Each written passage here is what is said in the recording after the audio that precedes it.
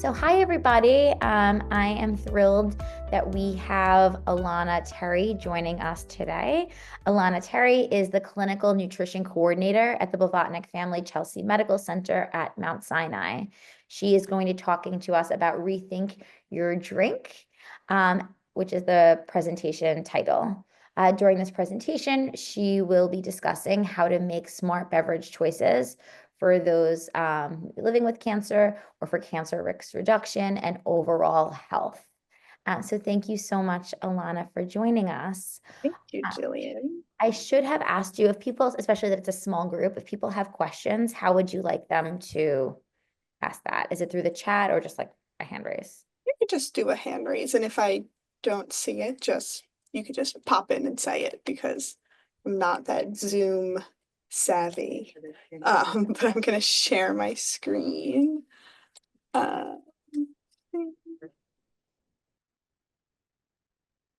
okay, so like Jillian said, my name is Alanna. I'm one of our outpatient oncology dietitians, and I work down at the Chelsea Center, seeing patients with GYN cancer, but also all of our other populations here. And today we're going to be discussing Rethink Your Drink. The objectives for today's presentation, we're going to talk about hydration and kind of what that means, its importance, what dehydration can look like, some cues to make sure that we're hydrating well. We're going to discuss choosing liquids, have a little game to play also. We're going to discuss alcohol and some like liquid or like hydration myths, fact fiction kind of information. So hydration, a lot of times when we think of hydration, people's immediate thought is to go to water, and that's a really good place to go to. When we think about hydration, we tend to think about water, and that's great because water is essential to our life. We need it to survive, and it makes up the majority of your body weight.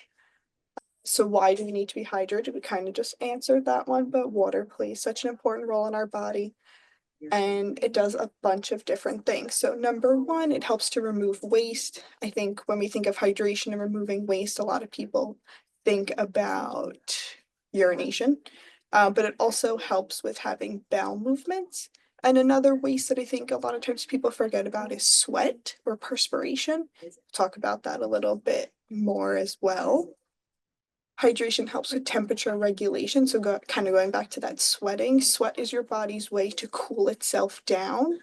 So that's why the hydration is essential to help with our temperature regulation in our bodies. Helps with joint health, kind of lubricates the cushioning of your joints, helps it easier to move, and it helps us have regular bowel movements. So those are just a few things that helps with electrolyte balance, your digestion, blood pressure control. It is so essential. So a common question that we get is how much water or how much fluid should I be drinking? And for such a common, easy question, you'd hope that there's an easy answer.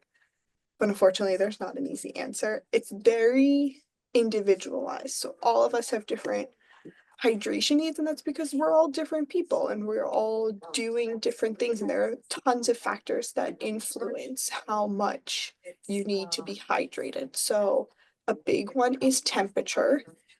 If you live in a warmer, more humid climate, you're going to need more water because you're sweating more, so you're losing a lot of that water.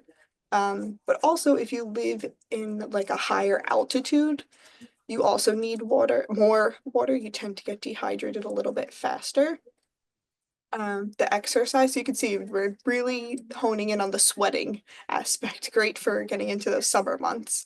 With exercise, you tend to sweat.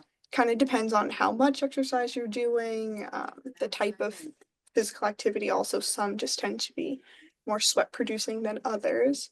So it's good to make sure that you're hydrating before, during, and after exercise to kind of replete all of that water and electrolytes that you're losing. And we all have different medical conditions that can kind of change how much hydration we need. Some things, like if someone is pregnant or breastfeeding, they need more hydration. But also things like if you have a fever, you need more water because you're sweating a lot of it out. If you are vomiting or you have diarrhea, you're losing a lot of water. So just a few things that kind of change how much water or fluid we all need. The general amount of fluid for the day that was estimated from the US National Academy of Sciences, Engineering, and Medicine for a healthy individual living in a temperate climate was about 15.5 cups for men, which comes out to around 3.7 liters.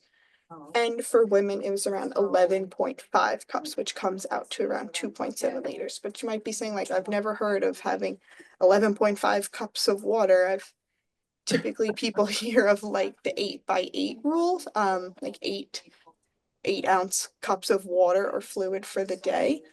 Um, that one's a lot easier to remember than 11.5 cups. And it tends to be a pretty good jumping off point for a lot of people. Like I said, that was just like a general amount that this organization came up with. And we already mentioned it's very individualized. So the 8 by 8 might be you might be, yes, that's my hydration goals. You might need less, you might need more. Kind of the way that we'll estimate your needs as dietitians, there's a couple of different ways. Sometimes it's like 1 milliliter per calorie consumed.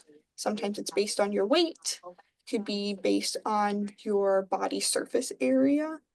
Um, and obviously, like if you come to the clinic and you get your labs pulled, there are certain labs that can kind of show us hydration status. But like I said, it's very individualized, very different. There is such a thing as having too much water, over hydration, but it's very rare in like a well-nourished individual who is, kind of hydrating regularly, listening to their body. It's also good to note that there are some medical conditions that impose fluid restriction, things like heart disease or kidney disease, and if so, a lot of times that's spoken about with your doctor. So, how to tell if you're dehydrated and how to avoid dehydration.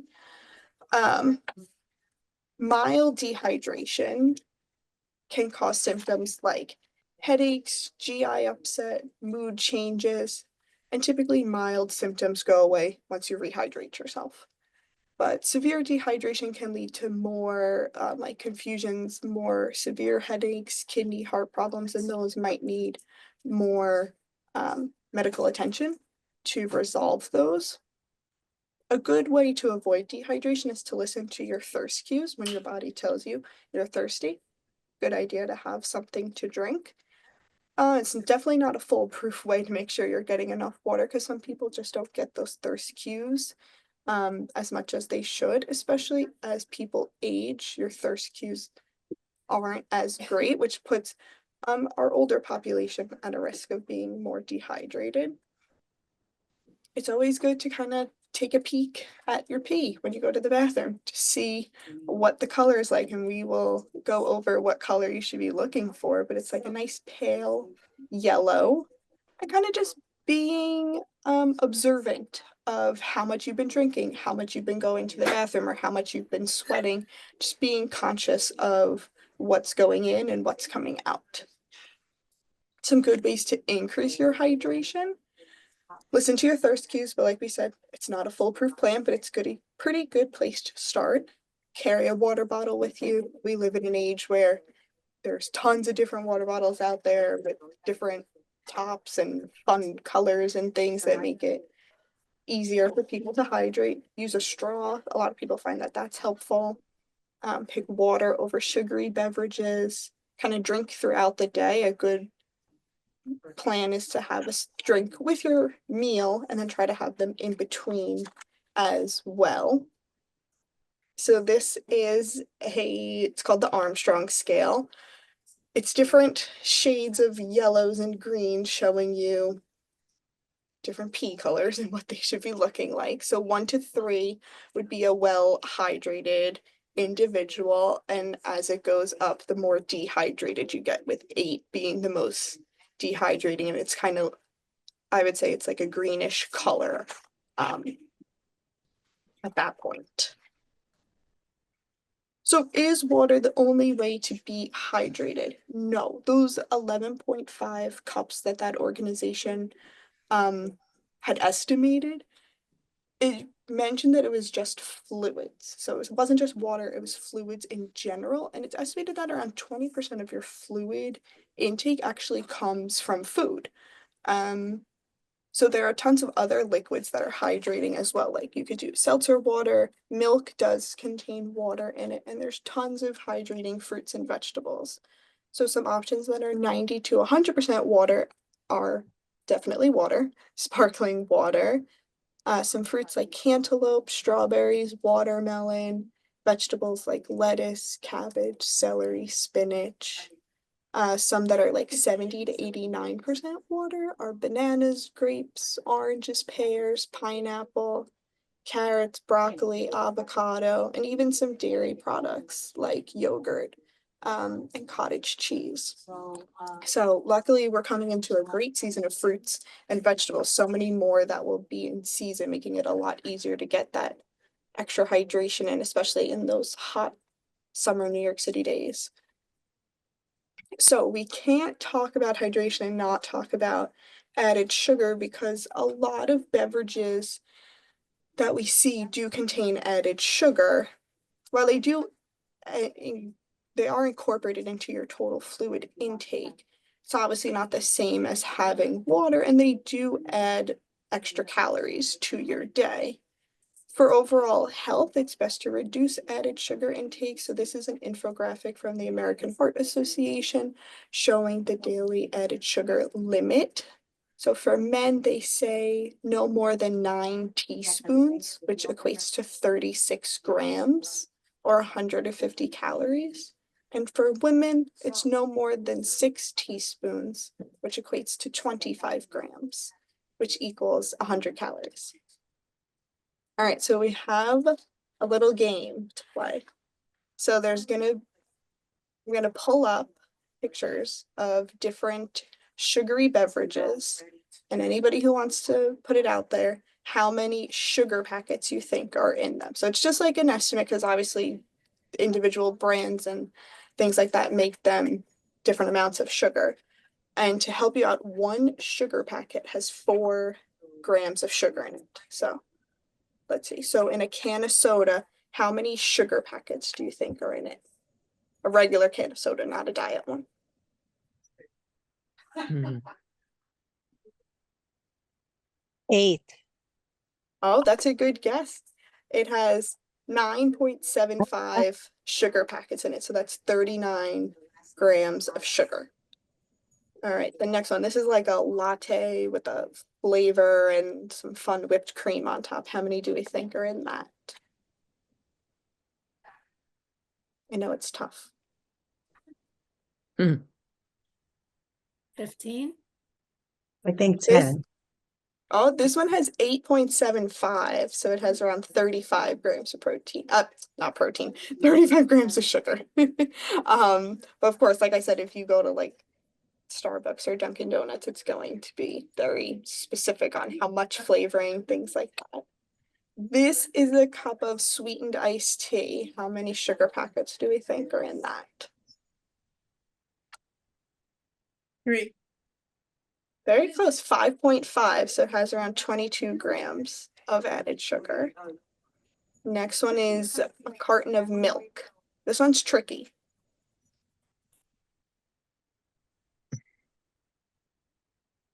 This one actually has no added sugar. It's going to have natural sugar in it because it's made with carbohydrates, but no added sugar to it. The next one is a glass of lemonade. What do we think about lemonade? 6. Oh, 6.25. I'll give it to you. 25 grams of sugar. And then the last one would be a juice box. Oof. Oh, 9. This one has the same as the lemonade, 6.25, 25 grams. So there's a lot of like sneaky added sugar in a lot of things. that you wouldn't really notice in beverages. I know it's a little bit easier in beverages than some of the other things, but just kind of a fun way to see how much is actually in there. So now that we talked about beverages that have added sugar, and then we have a bunch of alternatives or sugar-free beverages to kind of spice it up, because I know water can get a little boring or redundant, and people like to have something else, especially with their meals, let's say. So one idea is water. You can cut up some fruit, put whatever you want in it. A lot of people like to put citrus fruits, so like lemon, limes, oranges, but also things like blueberries, strawberries, or even herbs like mint in there. You could do a hot herbal tea, but sweeten it maybe with some slices of, or not sweeten it, flavor it with lemon, a cinnamon stick. You could do like a matcha latte, or even like any kind of latte, but just with milk, no like flavorings or sweeteners. Black coffee, black tea, seltzer water, or like sparkling water. Those are good alternatives, especially if you like love the bubbles, love the carbonated things. And those can be flavored as well. They tend to have no added sugar for the flavorings. Sorry. And then you can even do an unsweetened iced tea or an unsweetened lemonade, cut up some fruit to add it in there, other unsweetened beverages or things like broth. We already discussed water and the milk, so there's a lot of different options out there. Is So in- honey considered the same? What was that? Is honey considered, the same as sugar for this purpose?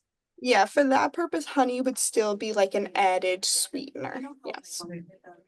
But doing, if kind of a bridge between having like a fully sweetened beverage and kind of sweetening it yourself with littler bits of honey throughout the day, that's definitely like a good way to bridge you over to going towards more unsweetened beverages.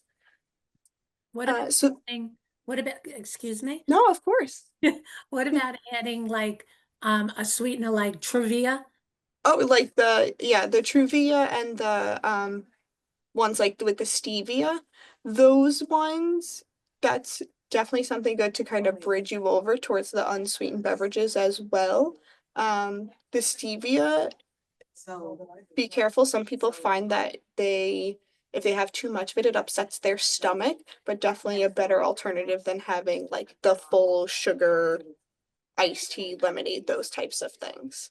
Okay, thank you. Of course. Alanna, I have another question related. Yeah.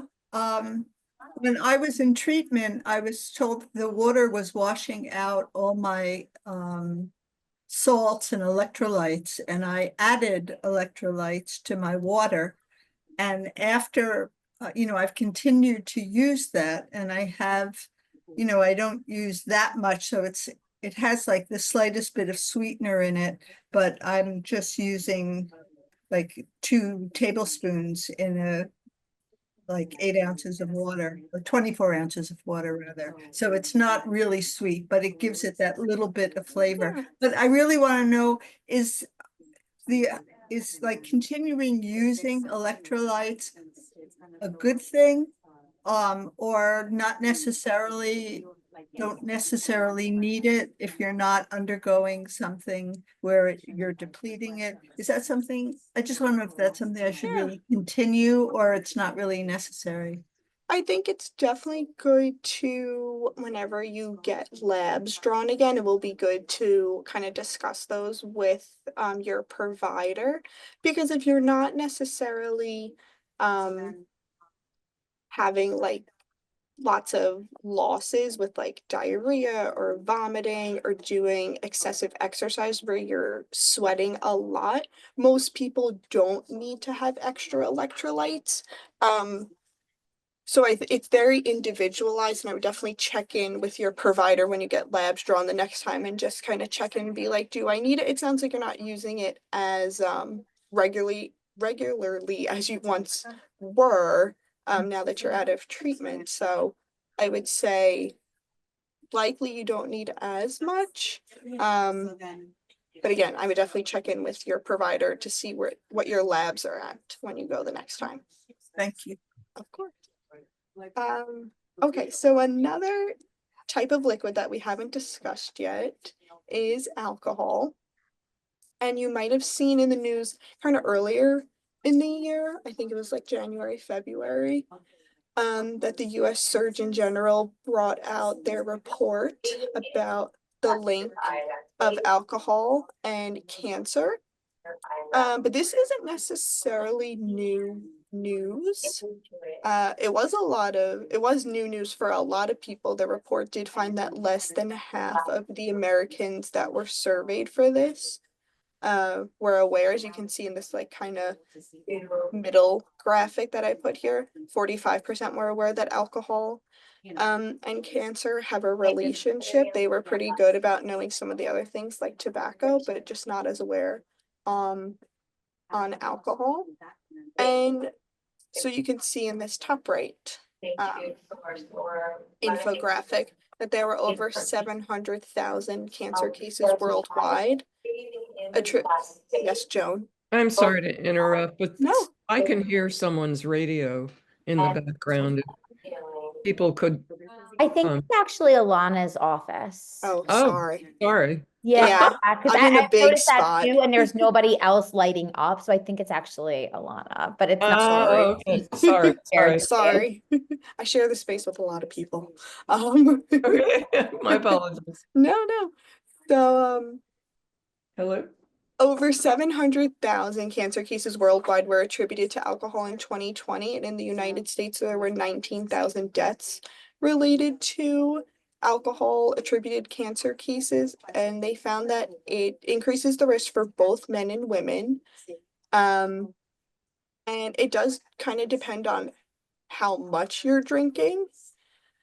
But you'll see it's there in very small print here. So you'll see there's like a pie chart showing how much, like less than or equal to 2 drinks a day, 2 to 4, 4 to 6, 6 plus. You might be like, well, they're kind of like all similar-ish numbers, especially like when you look at the percentages. But most people are not drinking more than or less than 2 drinks a day. So that's why there's a similar overall cancer cases, especially like with the higher number of alcohol. And I know that this news definitely brought a lot of fear to a lot of people.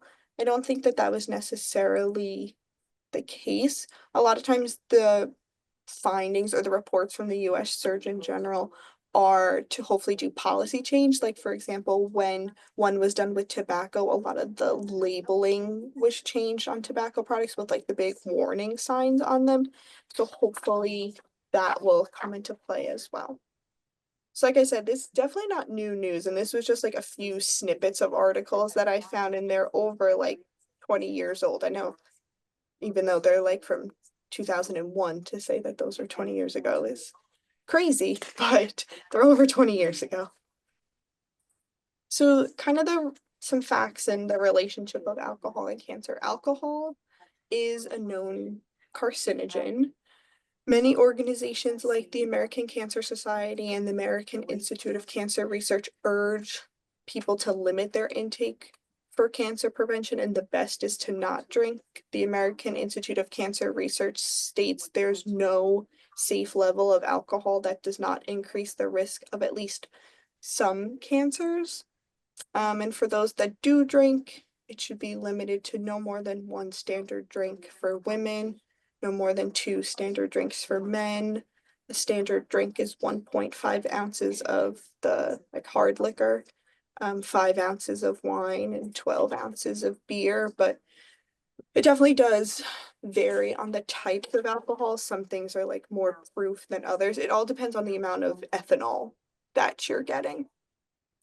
And from the Surgeon General's report, there's strong evidence linking alcohol and mouth cancer, pharynx, larynx, esophagus, liver, stomach, colorectal, and breast cancer. So definitely a good bunch of them. And hopefully more research is being done on its relationship with other cancers.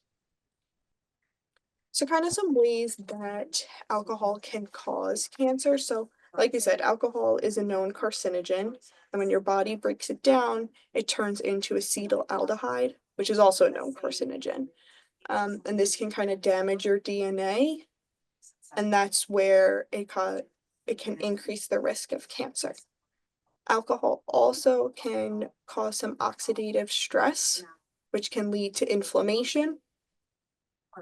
It can alter the levels of certain hormones, including estrogen, so that's its link with the development of breast cancer.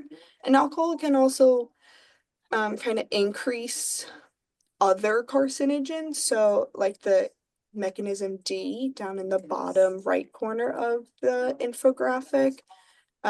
Tobacco is a known carcinogen, so someone who smokes and drinks alcohol, the carcinogens from the tobacco dissolve in alcohol, and it alters the cells in your mouth and throat, kind of leading to that mouth, pharynx, and larynx cancer increased risk, and it just makes it more easily absorbable. What is carcinogen mean? So a carcinogen is a substance that can increase the risk of cancer. So like the alcohol, the tobacco, are some examples of those. Thank you. So alcohol and gynecological cancers, since talking to women, I thought I should do some extra research on that. Yeah. But there was very limited and inconclusive evidence on it. There were some studies that found like no direct link with ovarian and endometrial cancers, while others found an increased risk for alcoholics with cervical, vulvar, and vaginal cancers. But the American Institute of Cancer Research does say, you know, for overall cancer prevention, they really urge people to limit or to completely eliminate it from their diet. And just some factors to think about is that alcohol, when you're drinking alcohol, you're having excess calories, which can lead to weight gain. And obesity is a risk factor for a lot of cancers, including endometrial and ovarian cancer. And then we talked about the increased estrogen. So I'm not too sure how that plays into all of it, but I'm sure more research is definitely needed to kind of get better ideas for all different types of cancers. But like I said, they already have the strong evidence for the cancers already mentioned, the mouth, the pharynx, larynx, the stomach, the liver, the breast cancer, and the other ones mentioned. And then some liquid and hydration kind of myths, fact, fiction. The first one, caffeinated beverages count the same as water when tallying up your fluid intake. Caffeinated beverages do contain fluid. Are they the best hydrators? Should you be like, I'm going to stay hydrated by only drinking coffee? Not the best idea. Having some caffeinated beverages are okay. And of course, if you're having coffee then with some sugar and cream, it's not the same as having water, and just being mindful of kind of what you're putting in and what's coming out, because it does have a slight diuretic effect, meaning it does make you go to the bathroom a little bit more. So just being mindful of that. It doesn't mean that you can't have them, but it doesn't mean that you can only have coffee to hydrate yourselves either. The second one is you need 8 cups of water a day. We already discussed this one, but it's very individualized. Maybe that's enough for you, but it's not enough for somebody else. Maybe they need less. Everybody is different. You only need to drink when you're thirsty. We discussed this one too. Everybody's thirst cues are a little different. Maybe some people's are better than others, and especially people who are becoming older, sometimes your thirst cues just aren't the greatest. The next one is wine is heart healthy, so I can drink as much as I want. I know there's a lot of news about wine being heart healthy. There's very much a thin line, and we just discussed all of kind of the negative impacts alcohol can have on cancer risk. And the last one, you can only be hydrated from liquids.